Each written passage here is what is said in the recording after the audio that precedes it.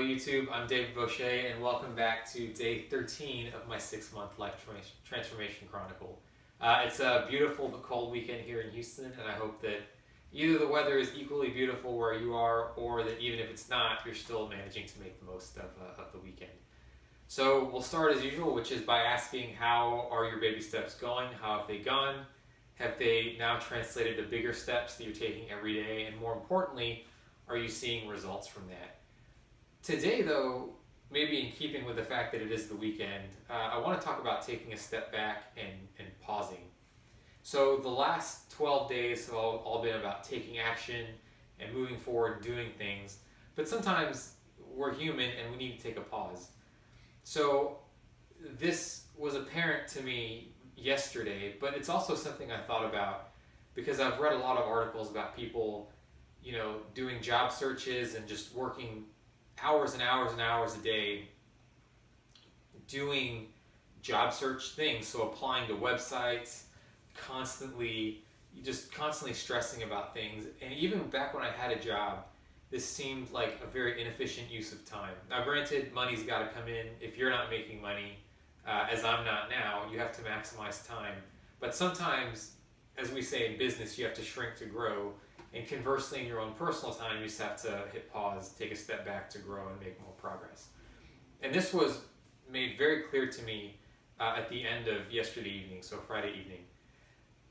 Last week was the first full week where I followed my wife's work cadence. So she wakes up at 5:30 in the morning, and it certainly wouldn't look very good for me while she goes off to work that I'm sleeping until 7 or 8. And just personally, I want to maximize as much time as possible so that I can, start making money sometime soon. And this is the first week I've done that because the previous 2 weeks were vacation.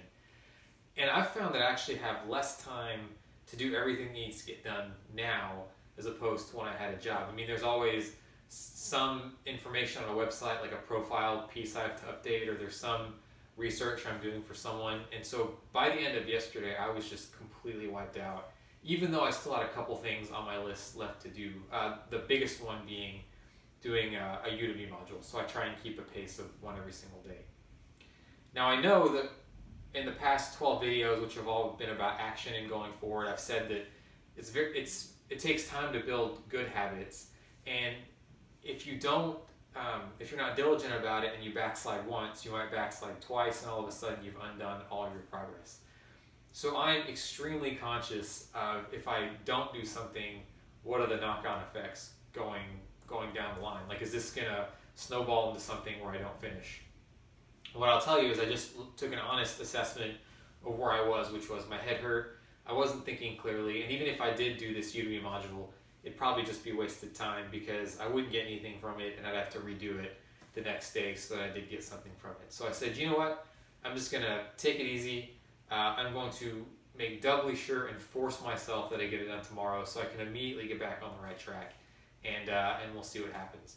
So I did take it easy. I did not do the Udemy module, and it was fantastic. I got 9 hours of sleep last night, woke up feeling great. I got the Udemy module done as quickly as I could, so that's now behind me. I'm back on track.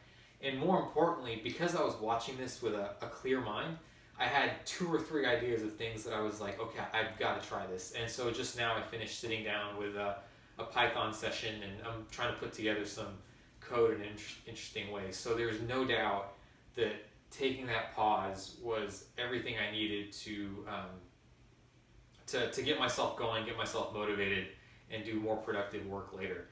The thing is, I think that there's a trap where when you're not making money, you think, oh, I've got to be doing something all the time. But there's diminishing returns to that. We see it in the workplace where if you work 80 hours, there's no way the 80th hour is productive is the 40th.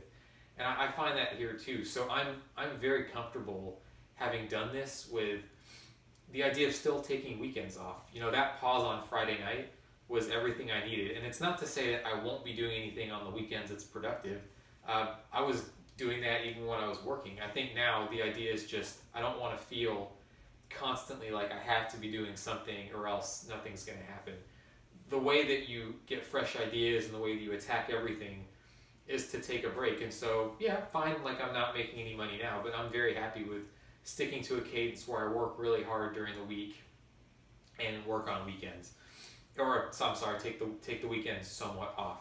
So all that to say, just to wrap the video up, that as you start taking these steps, you definitely once you get some momentum going, if you start to feel overwhelmed, just be selective about what you do. Right, prioritize. You've only got a certain amount of energy. You can't possibly do well with everything you're investing your time into if you're extending yourself too much. So just know when to hit pause and take a break. So the two takeaways really would be take a break, when you really feel like you need to, but then also be very conscious in your head of what the consequences might be so that you can motivate yourself to get right back on the horse, so to speak, afterwards and continue maintaining those good habits. So with that, in the spirit of taking a break, I'm going to, take a leisurely trip to the gym. I think come back and hit the Python code, and hopefully you've got some equally productive steps that you're going to take this weekend while also working in some rest. So thank you very much, and I'll see you guys tomorrow for day 14.